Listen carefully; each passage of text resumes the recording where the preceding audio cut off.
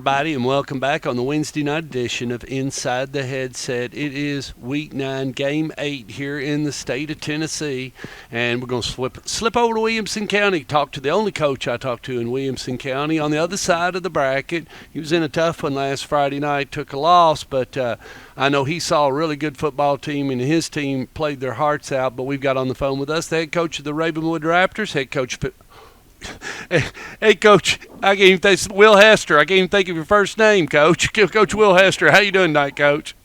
Good, Stork. It's all good. But we lost 2 weeks ago. We won 52-7 last week. Oh, you did. You did. Who did you play last week? We beat Centennial 52-7 last week. Okay, so you beat Centennial 52-7, but the week before that, I did not get to talk to you. It was the Summit game. Yeah, let's go back to it just a little bit because I didn't get a chance to talk to you before it, and you got to see some really talented kids on the field. How did your team handle that one? Because that's a loss, but you might see those guys later on. What did you learn about Summit? Yeah, no, they're a big physical running football team. It was a 22-20 game with about 3 minutes to go in the second quarter, and we had a turnover with a chance to go ahead. We turned the football over, and they ended up scoring to make it 29-20 at the half, and then they kind of lengthened the lead a little bit in the second half. Just two physical runners, both the Wade twins do a great job, but that offensive line they got's very stout too, and a very good football team. They're not the defending 5A state champs for nothing, but you're exactly right. The hope and the goal is to have a chance to play them again, maybe around the quarterfinals.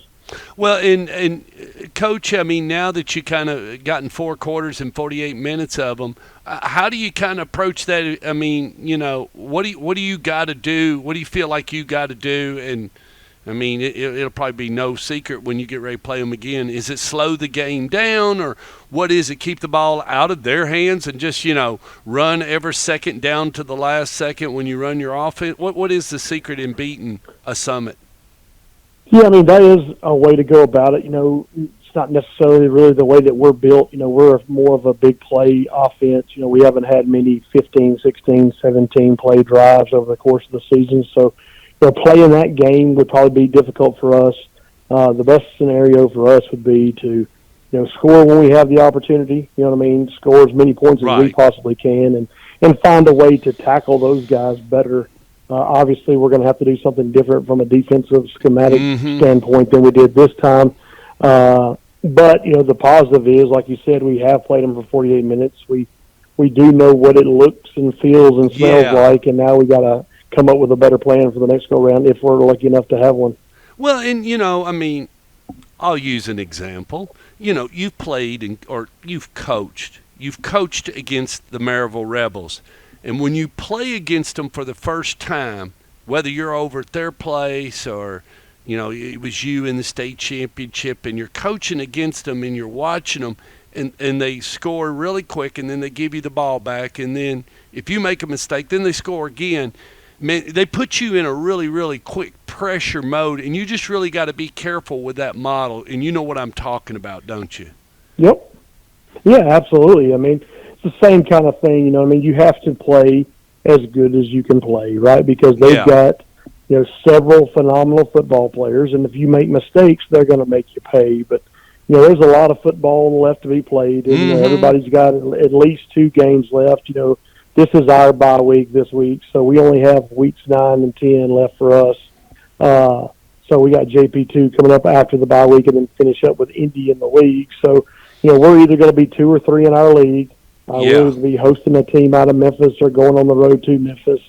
So, it's not going to be easy the way the bracket kicks west. We see those Memphis guys a lot sooner than we have in the past. Collierville and Whitehaven. Well, they've come on. Collierville, they've had a pretty good season, and not only them, but Germantown's had a pretty good season. Yep. So those are the top 2 teams in that league right now. Then followed by like Whitehaven, Bartlett, and Houston are kind of battling out for those 3rd and 4th spots. So it's going to be a tough task for the Williamson County schools to head over there. But we'll be excited to see how we stack up with those Memphis schools come the playoffs. Health-wise, how are you? Good and getting better. This week is coming at a perfect time. Those people who want to play until December are going to have, 7 or 8 more games left.